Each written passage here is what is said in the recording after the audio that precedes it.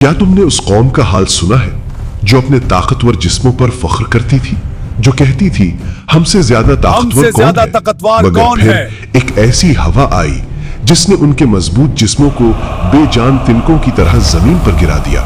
یہ ہے قوم عاد کی داستان۔ یہ واقعہ قوم عاد اور حضرت ہود علیہ السلام کا ہے، جسے قرآن مجید میں کئی مقامات پر بیان کیا گیا ہے۔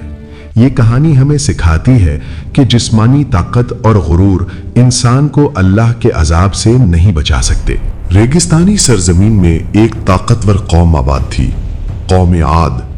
وہ بلند قامت تھے، طاقتور جسم رکھتے تھے اور اپنی قوت پر بے حد ناز کرتے تھے۔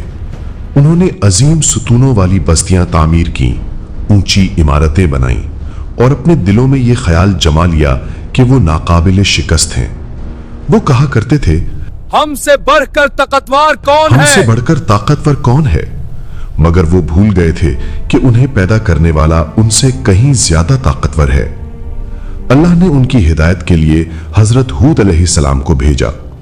آپ نے نرمی اور حکمت سے فرمایا، اے میری قوم، اللہ کی عبادت کرو، اس کے سوا تمہارا کوئی معبود نہیں۔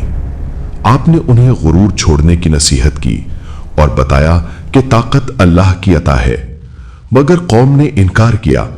انہوں نے کہا، اے ہود، تم ہمیں ڈرانے آئے ہو؟ ہم اپنے معبودوں کو نہیں چھوڑیں گے۔ وہ اپنی قوت پر فخر کرتے رہے اور نصیحت کو مذاق سمجھتے رہے۔ پھر زمین پر خشک سالی چھا گئی، آسمان نے بارش روک لی۔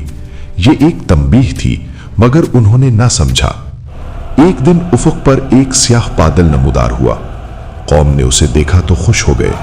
انہوں نے کہا، یہ بادل ہے جو ہم پر بارش برسائے گا، مگر وہ بادل نہیں تھا، وہ اللہ کا عذاب تھا۔ پھر ایک سخت اور طوفانی ہوا چلنا شروع ہوئی۔ وہ عام ہوا نہیں تھی، وہ اللہ کا حکم تھا۔ ہوا مسلسل چلتی رہی، دنوں اور راتوں تک۔ وہ طاقتور جسم جن پر وہ فخر کرتے تھے زمین پر گرنے لگے۔ قرآن بیان کرتا ہے کہ وہ ایسے پڑے تھے جیسے کھجور کے کھوکھلے تنے۔ ان کی طاقت ختم ہو گئی، ان کا غرور مٹ گیا۔ نہ ان کے مضبوط جسم انہیں بچا سکے، نہ ان کی عمارتیں، نہ ان کی طاقت۔ آخر کار پوری قوم تباہ ہو گئی اور زمین پر صرف خاموشی رہ گئی۔